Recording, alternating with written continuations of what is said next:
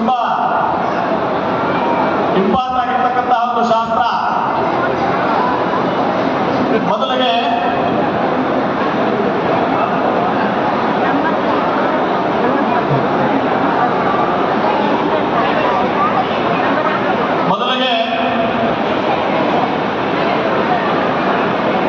ನಮ್ಮ ಹುಡುಗನ್ನ ಕಾಶಿ ಹತ್ರ ಕರ್ಕೊಂಡೋಗಿ ಕಾಶಿ ಹತ್ರದಿಂದ ಹುಡುಗ ಬಂದಿರ್ತಾನೆ.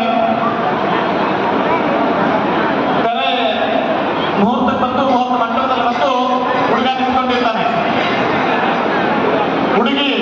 ಹುಡುಗಿನ ಕರ್ಕೊಂಡು ಹೋಗ್ತೀವಿ, ಎದುರುಗಡೆ ನಿಲ್ಲಿಸ್ಬಿಟ್ಟು ತೆರೆ ಅಡ್ಡ ಇಟ್ಟಿರ್ತೀವಿ. ಏನಕ್ಕೆ ಅಡ್ಡ ಇಟ್ಟಿರ್ತೀವಿ ಅಂತಂದ್ರೆ